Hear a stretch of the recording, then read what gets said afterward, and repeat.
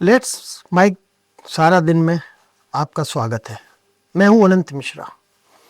आज पहले बात अमेरिका के सबसे बड़े राज्य कैलिफोर्निया की। जी हाँ, हमारे देश में तापमान अभी 44, 45, 46 डिग्री तक चल रहा है, लोग उबल रहे हैं।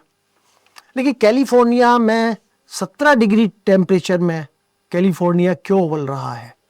सबके मन में सवाल उठता है कि आखिर 4 दिन से जो कैलिफोर्निया राज्य में चल रहा है वो किस वजह से? जनता और पुलिस आमने सामने है, सरेआम गाड़ियों को आग लगाई जा रही है, अमेरिका के झंडे को जलाया जा रहा है, थूका जा रहा है उस पर। और स्थिति यहां तक आ गई है कि पुलिस उन उपद्रवी लोगों को कब्जा करने में अक्षम साबित हो रहे हैं। आखिर क्यों ये बवाल उठा कि कैलिफोर्निया सुलग उठा? पर्दे के पीछे की कहानी कुछ भी हो, लेकिन जो सबसे बड़ा दिखता कारण है अभी तात्कालिक कारण, वो अमेरिका के राष्ट्रपति डोनाल्ड ट्रंप ने जो अवैध रूप से अमेरिका में रह रहे हैं लोग, जो बिना कानूनी दस्तावेज के वहां अवैध तरीके से घुसाए, उनको बाहर निकालने का जो उन्होंने अभियान शुरू किया है, उसके तहत मेक्सिको के लोग जो कैलिफोर्निया में बहुतायत में हैं, उनको निकालने का एक अभियान जो शुरू हुआ है, उसको वहां के लोग विरोध कर रहे हैं। आपको याद होगा कि भारत के भी कुछ लोगों को अमेरिका से डिपोर्ट किया गया था जो अवैध रूप से रह रहे थे। विशेष विमान अमेरिका ने भेजे थे और यहाँ पर उन लोगों को अपने देश में भेज दिया गया था क्योंकि उनके पास जरूरी दस्तावेज नहीं थे। अमेरिका ने उनको वहाँ की नागरिकता नहीं दी थी। छोटे छोटे देश, बहुत से ऐसे देश हैं जिनके व्यक्ति अमेरिका में रहते हैं, कुछ वैध रूप से, कुछ अवैध रूप से। लेकिन जहाँ बात कैलिफोर्निया की हो, जहाँ बात मेक्सिको की हो, तो ये समझना जरूरी हो जाता है कि आखिर जब सभी राज्यों से अवैध लोगों को हटाने की बात शुरू हुई है, तो कैलिफोर्निया में इतना दंगा क्यों? कैलिफोर्निया में इतना असंतोष क्यों? इसका मूल कारण है कि अमेरिका में कुल दूसरे देशों के 4 करोड़ लोग रहते हैं। 4 करोड़, जी हाँ, 34 करोड़ की जनसंख्या अमेरिका की है, उसमें 4 करोड़ लोग बाहर के हैं। और इन 4 करोड़ में से 1 करोड़ से ज्यादा लोग अकेले मैक्सिको के हैं। यानी कुल जो विदेशी लोग रहते हैं उसका 25% मैक्सिको के लोग हैं। और कैलिफोर्निया और मैक्सिको की सीमा लगती हुई है। अमेरिका और मैक्सिको की 3200 किलोमीटर लंबी सीमा रेखा लगती है। वहां से अवैध रूप से मैक्सिको के लोग आते हैं, सुबह आते हैं, शाम को चले जाते हैं। अमेरिका प्रशासन, अमेरिका सरकार और जो मूल अमेरिका के लोग हैं, उनका ये मानना है कि कैलिफोर्निया अवैध आप्रवासियों का एक बहुत बड़ा गढ़ बन गया है, जिसके जरिए मैक्सिको के लोग, जो माफिया लोग हैं, वो अवैध रूप से ट्रैफिकिंग करते हैं, ड्रग्स की ट्रैफिकिंग करते हैं और अनेक तरीके की तस्करी वहाँ पे होती है। और जो इतनी घुसपैठ होती है, उससे अमेरिका की सुरक्षा को भी खतरा है। तो इस वजह से वो लोग चाहते हैं, और ट्रंप ने चुनाव से पहले भी कहा था कि जो अवैध रूप से अमेरिका में रह रहे हैं उनको निकाला जाएगा। सवाल ठीक है, अमेरिका की अपनी नीति है कि वह अवैध रूप से लोगों को रह रहे हैं जो उनको बाहर निकाले। हर देश करता है। भारत में भी ये मांग उठती है कि बांग्लादेशी और जो दूसरे मुल्कों के रोहिंग्या लोग हैं वो आ जाते हैं, अवैध रूप से रहते हैं, उनको बाहर का रास्ता दिखाना चाहिए। लेकिन जिस तरीके से वहां पर दंगा भड़का, और दंगा भड़कने के बाद में जब नेशनल गार्ड्स को ट्रंप ने बुला लिया कि कैलिफोर्निया में नेशनल गार्ड्स जाएंगे, अमूमन वहां पर पुलिस ये काम देखती है सुरक्षा व्यवस्था का, लेकिन कोई बड़ी स्थिति आ जाए, जब आंतरिक सुरक्षा को खतरा हो जाए, तो नेशनल गार्ड से वो भी तैनात होते हैं। उसमें नेशनल गार्ड्स की तैनाती वहां का जो स्टेट का गवर्नर है वो भी कर सकता है, और राष्ट्रपति को भी अधिकार है। तो राष्ट्रपति ट्रंप ने सीधे कैलिफोर्निया में नेशनल गार्ड्स की तैनाती का आदेश दे दिया। इसको लेकर, क्योंकि चूंकि अमेरिका में ट्रंप एक पार्टी के हैं और वहां जो गवर्नर हैं उनके विपरीत पार्टी के हैं, तो ये जब फैसला ट्रंप ने लिया तो गवर्नर को ये बर्दाश्त नहीं हुआ। उनका सीधा सीधा कहना था कि नहीं, ट्रंप ने ये हमारे अधिकार क्षेत्र का हनन किया है, हमारी जो शक्तियां हैं, हमारी जो ताकत है, वो ट्रंप उसका उपयोग कैसे कर सकते हैं। लिहाजा राज्य और केंद्र के बीच जो टकराव है, टकराव की लड़ाई हो गई और ये टकराव इतना बढ़ा कि 4 दिन से ना पुलिस के काबू में उपद्रवी आ रहे हैं, ना प्रशासन के काबू में आ रहे हैं, और एक तरह से कह सकते हैं कि वहां पर अवैध रूप से जो मैक्सिको के लोग रह रहे हैं उनका शासन चल रहा है। आपको पता होगा कि ट्रंप दुनिया में इस समय चौधराहट करने के लिए जाने जा रहे हैं, चाहे वो रूस और यूक्रेन का युद्ध हो और चाहे इजराइल और फिलिस्तीन का युद्ध हो। ट्रंप का ये मानना है कि वो इन दोनों के बीच में समझौता करा सकते हैं। भारत और पाकिस्तान के बीच जो अभी संक्षिप्त टकराव देखने को मिला पिछले महीने, और जो अचानक सीज फायर की घोषणा की गई, उससे पहले ट्रंप ने ये ट्वीट कर दिया कि मैंने भारत और पाकिस्तान दोनों के बीच में मध्यस्थता करा दी है और अब सीज फायर होने वाला है। इसी तरह टर्की में जो बातचीत हो रही है रूस और यूक्रेन के बीच, या इजराइल और इनके बीच में, जो फिलिस्तीन के बीच में ओमान में या मिस्र में कभी कभी बातचीत होती है, उसका श्रेय लेने के लिए ट्रंप हमेशा तत्पर रहते हैं। तो अब ये सवाल उठ रहा है अमेरिका के राजनीतिक हलकों में भी और दुनिया में भी कि जो ट्रंप तमाम देशों में शांति के लिए पहल कर रहे हैं और वो दावा भी कर रहे हैं कि उनके प्रयासों से दुनिया में शांति हो सकती है, युद्ध रुक सकते हैं, वो ट्रंप आखिर अपने अमेरिका में कैलिफोर्निया राज्य को शांत क्यों नहीं कर पा रहे। सवाल उठेंगे, क्योंकि जब ट्रंप दुनिया में एक चौधरी बनना चाहते हैं, दुनिया के पंच बनना चाहते हैं कि उनके कहने से सारे फैसले लिए जा रहे हैं, तो अपने देश की जो सबसे बड़े राज्य है, 4 करोड़ की जनसंख्या कैलिफोर्निया की, उस 4 करोड़ की जनसंख्या वाले उसको शांति वहां पे स्थापित क्यों नहीं कर पा रहे। और अभी ट्रंप को आए 6 महीने हुए हैं, 3.5 साल का समय बाकी है, और अमेरिका में उनकी विरोधी राजनीतिक दल नहीं बल्कि उनकी पार्टी के लोगों में भी ये सवाल उठने लगे हैं ट्रंप को लेकर कि जो ट्रंप इस बार अचानक फैसले ले रहे हैं, चाहे वो टैरिफ का फैसला हो, चाहे वहां आप आओ तो वीजा, आपको इतना पैसा दो तो आपको वीजा मिल जाएगा, या जो कैलिफोर्निया में हो रहा है, जिस तरीके से वहां पे कोशिशें की जा रही हैं, वहां जो आग भड़क रही है। और अमेरिका के लोगों को चिंता सिर्फ कैलिफोर्निया तक सीमित नहीं है, उनको चिंता इस बात की है कि आज कैलिफोर्निया जल रहा है, कल को उससे लगते और राज्यों में भी ये संघर्ष फैल सकता है, क्योंकि ट्रंप अपनी नीतियों से पीछे हटने वाले नहीं, और वो कभी आज ये बयान देते हैं, कल उसके उलट कोई दूसरा बयान दे देते हैं। तो कैलिफोर्निया और जो मैक्सिको का संबंध है, उसको लेकर तनाव जो चल रहा है अमेरिका में, ये आने वाले दिनों में क्या रूप लेगा। आज 4 दिन हुए हैं और कोई नहीं जानता कि अभी नेशनल गार्ड्स उनको काबू में कर पाएंगे कि नहीं कर पाएंगे, और इससे ट्रंप की चौधराहट पर तो असर पड़ेगा ही, लेकिन अमेरिका जो सुरक्षित और शांत समझे जाने वाला एक देश माना जाता था, छुटपुट घटनाओं को छोड़ दो, लेकिन इतने बड़े पैमाने पर वहां कभी इस तरह के दंगे नहीं होते थे। और क्या कैलिफोर्निया में जो ये आग लगी हुई है, वो आग इतनी भड़केगी कि कैलिफोर्निया अमेरिका से अलग हो सकता है। ये अटकलें हैं, सिर्फ ये एक राजनीतिक हलकों में इस तरह की बात चल रही है।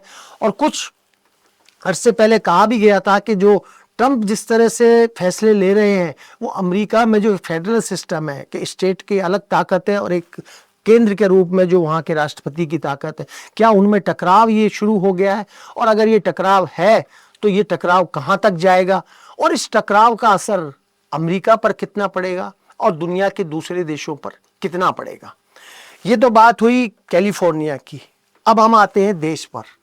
जी हाँ, स्मृति ईरानी नाम सुनते ही आप समझ गए होंगे, वो चेहरा जिसने 25 साल पहले, क्योंकि सास भी कभी बहू थी, एकता कपूर का एक सीरियल आया था जो 7-8 साल चला था, और उसमें स्मृति ईरानी ने तुलसी वीरानी की एक भूमिका निभाई थी। बहुत घर घर वो उस दौर में सीरियल चर्चित रहा और स्मृति ईरानी को एक अलग पहचान बनी। उस पहचान की वजह से स्मृति ईरानी धीरे धीरे पायदान चढ़ती गई और टीवी सीरियल के बाद उन्होंने राजनीति में प्रवेश किया।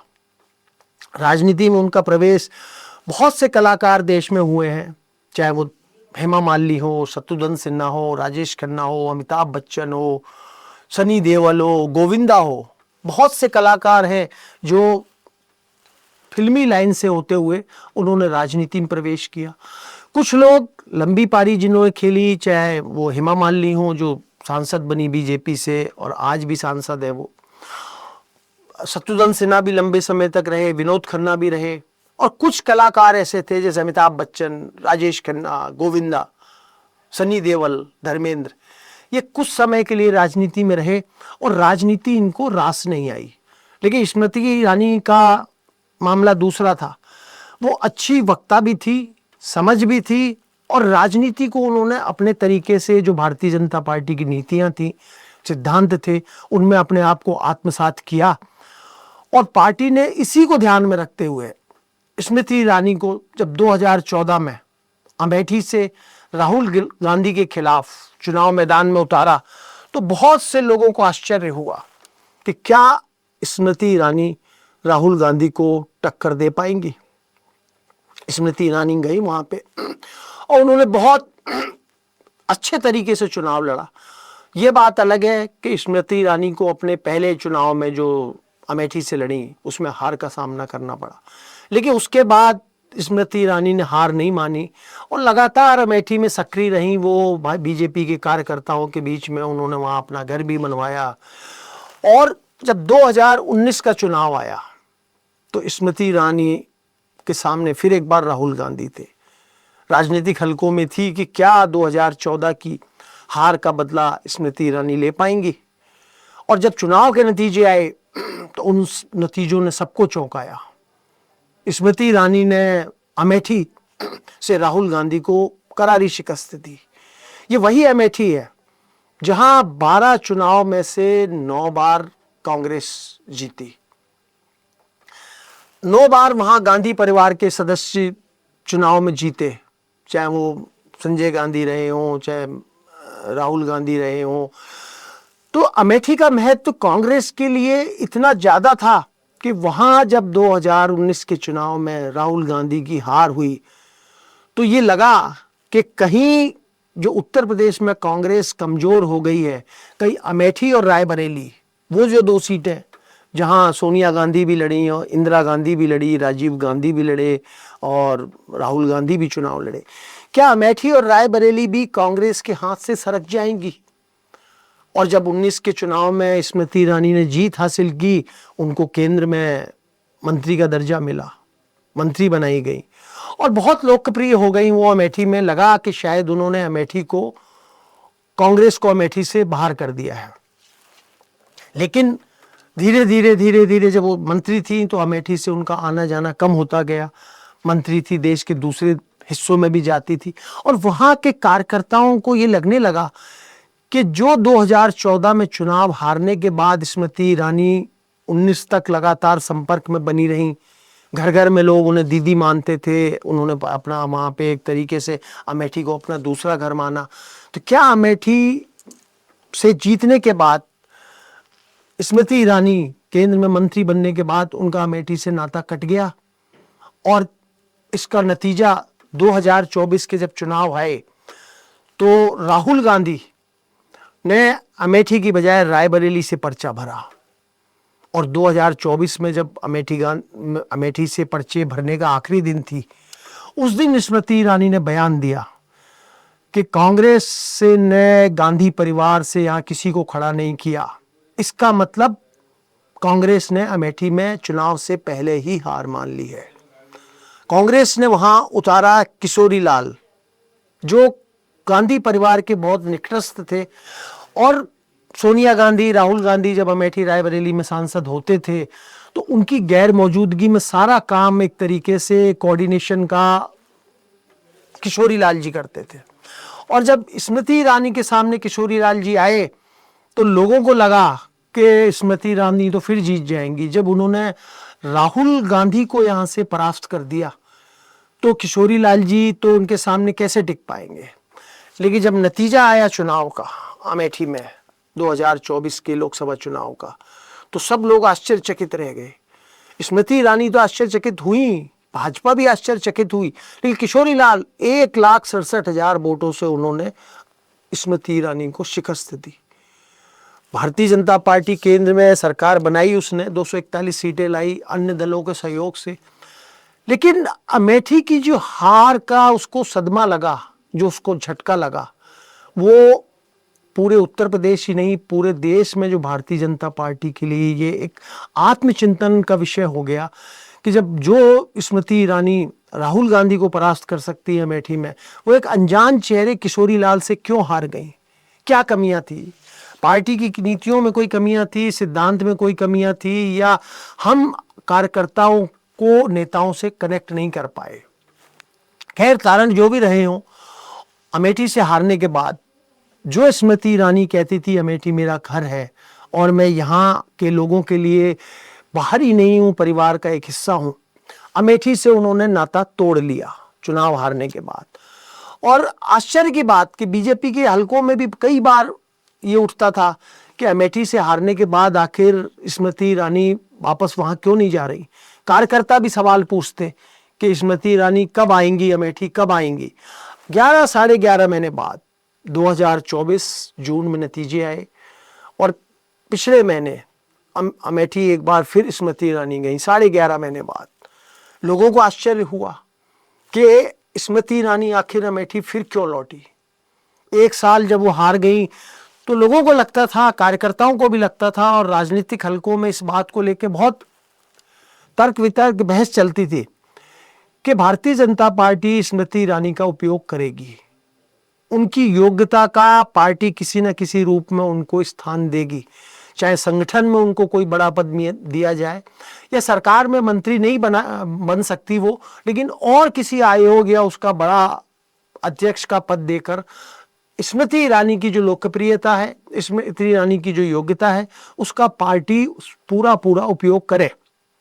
लेकिन साल भर जब स्मृति ईरानी को कुछ नहीं मिला, उनकी संगठन में या और किसी भूमिका में उनकी अनदेखी की गई, तो शायद स्मृति ईरानी को लगा होगा कि राजनीति में अगर उनको कुछ नहीं मिल रहा, उनके पद उनकी योग्यता के अनुरूप, उनके कद के अनुरूप कोई पद नहीं मिल रहा, तो क्यों ना एक बार फिर से फिल्मी पर्दे को देखा जाए।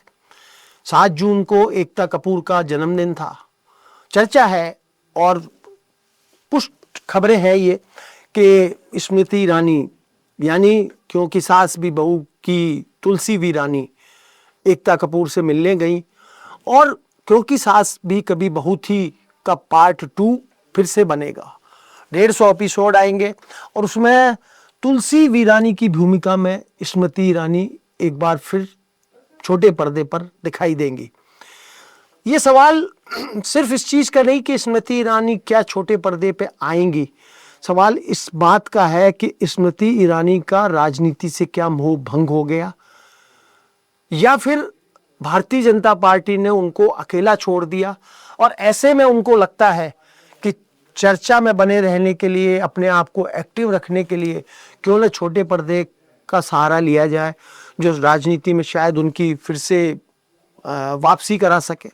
हालांकि राजनीति उन्होंने छोड़ी नहीं है अभी, लेकिन जो 1 साल का अनुभव है वो ये बताता है कि स्मृति ईरानी का कहीं ना कहीं मोह तो भंग हुआ है। जो उनको उम्मीद रही होगी, उनके समर्थकों को जो उम्मीद रही होगी कि नहीं, स्मृति ईरानी को कोई ना कोई पद दिया जाएगा और पार्टी उनका उपयोग करेगी, अगर ऐसा नहीं होता तो ये फिल्मी लाइन के लोग, जो सुनहरे पर्दे के लोग जो राजनीति में आते हैं, एक बार फिर से ये सवाल खड़ा होगा कि क्या राजनीति में अगर उनको पद मिलता है, कोई भूमिका मिलती है, तो ही वो राजनीति में रहेंगे।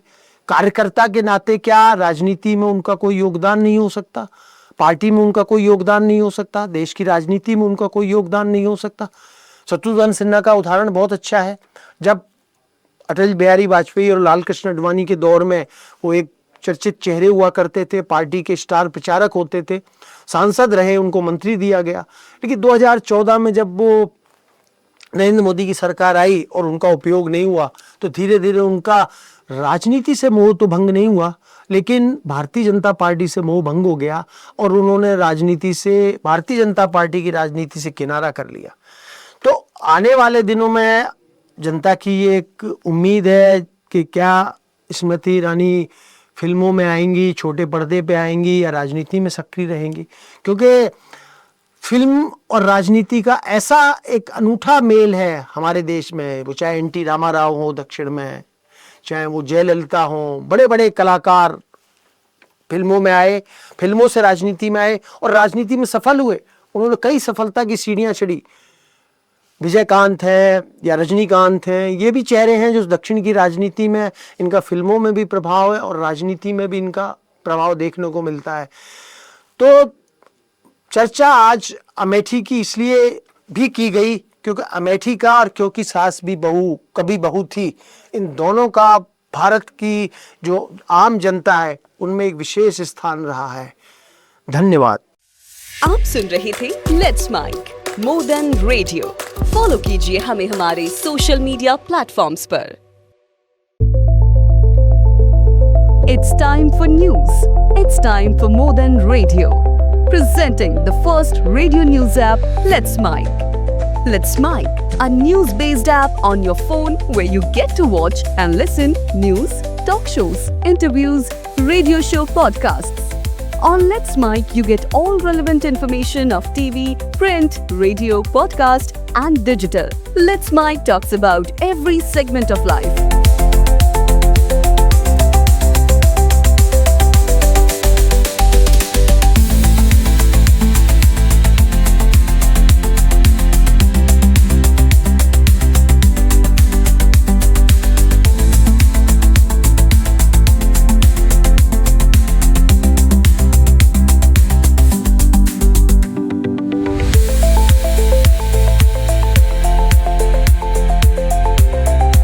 Let's Mic is not just a revolutionary idea. Download the app now from Play Store. Available both on Android and iOS mobile phones. Follow us on YouTube, Instagram, Twitter, LinkedIn, Facebook, Telegram, WhatsApp, Snapchat. Let's talk, let's connect, and let's Mic.